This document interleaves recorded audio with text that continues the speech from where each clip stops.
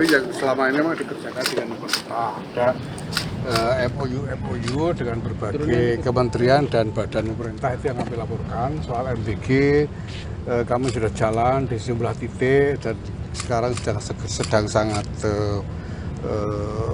progresif untuk akselerasi untuk pengembangannya. Mudah-mudahan bisa berjalan lebih lancar karena kami diberi target oleh BGN misalnya harus bisa mengelola 1000 titik misalnya seperti itu. Ini pekerjaan besar sekali buat NU sehingga kami perlu koordinasi yang lebih intensif ya, kolaborasi lebih intensif.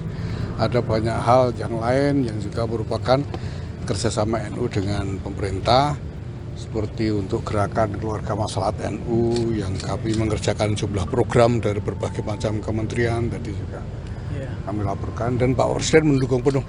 Pak Presiden mendukung penuh ya.